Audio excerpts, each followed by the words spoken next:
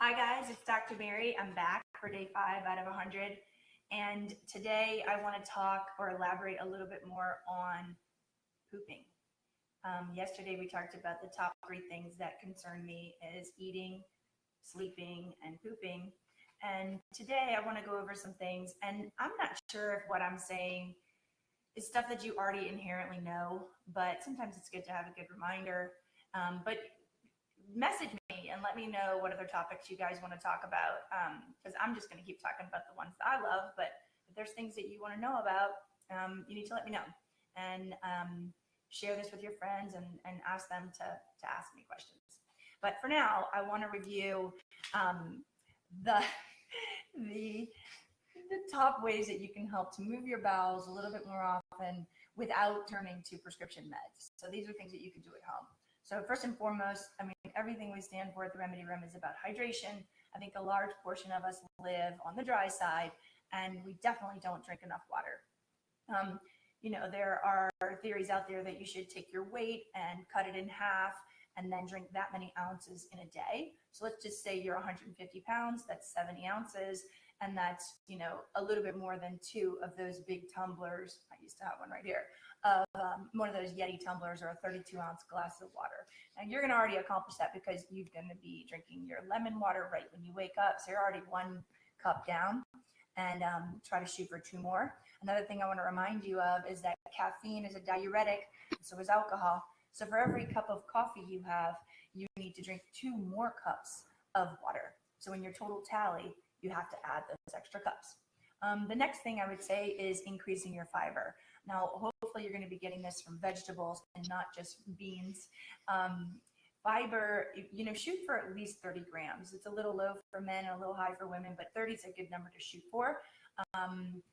Again, if you don't have enough water on board, I find that fiber can also constipate and cause trouble. So some good sources of fiber that I like that are keto friendly are things that I feel like you can get 2 for 1 special. So I love avocados. They can have up to 15 grams of fiber per avocado. And since I usually eat the whole thing because when you cut it in half and you don't use the other half, it browns. But you could also use some vitamin C and sprinkle it on top and keep it from oxidizing if you have to put the half in the fridge. But an avocado is a great source of fiber and a great source of oil. So there are some healthy oils for you. The other next source that I like to use is coconut flour. I tend to make my own bread. We don't buy bread, or I try not to. Instead of using the whole wheat bread, I would encourage you to consider using coconut flour in your recipes. And 2 more sources that I really liked and I eat all the time, are almonds and walnuts. The oil that we're taking in and the fats will also help to move your bowels. If you're increasing your good fat in exchange for some of these simple carbs, you should have some improvement in your movements. Another option is to consider using Mct oil. This is medium chain triglycerides. So these are extracted medium chain carbons from coconut oil. And you will need to start off slowly. You can either add it into your drinks, you can pour it on your salad, you can also rub it on your body and use it in your hair as well. But if you just take it orally, I would start with maybe a half a teaspoon a day, and then incrementally go up to a tablespoon to 2 tablespoons a day, or whatever helps you to start moving a little bit more regularly. And then you'll get the benefit of the MCTs, which help to create ketones, which is like rocket fuel for your body. 2 more things that I like to use: magnesium. Back to that great supplement that most of us, I'd say 70% of the population, is lacking. The 2 for 1 special is there again. When we use magnesium for bowel trouble, I usually tend to use magnesium citrate and magnesium oxide.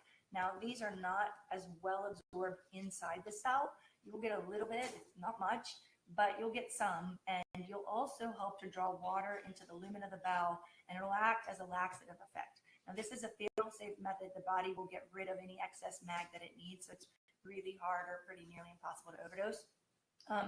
If you have heard of Calm or things like that are at Whole Foods, I really like magnesium. And then, of course, there's the Epsom salts and Epsom salt bath.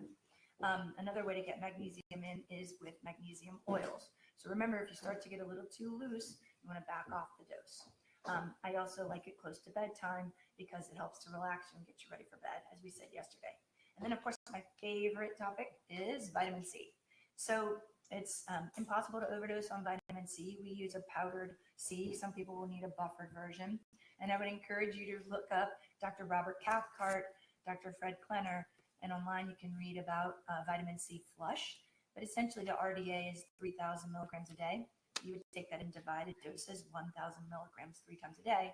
But when you're sick or toxic or highly stressed, you're going to need more vitamin C. And I would challenge you to try to find your bowel tolerant dose. So you will incrementally increase either every 15 minutes until you have a rumble in your tummy, or every hour if you can take it throughout the day. But I would encourage you to do a vitamin C bowel flush on a weekend when you can kind of stay home and be near your bathroom. I have some amazing children who are encouraging me to smile. That's my dog. This has been a very fun series. As you can tell, I do not like to be challenged. So I'm going to continue and I'm going to finish this 100 days. But please keep letting me know what else you want to hear about, and tell me how else I can help to teach, because that's what I'm here for. The word doctor means teacher, and I hope to teach you a lot. All right. See you tomorrow. Let's watch.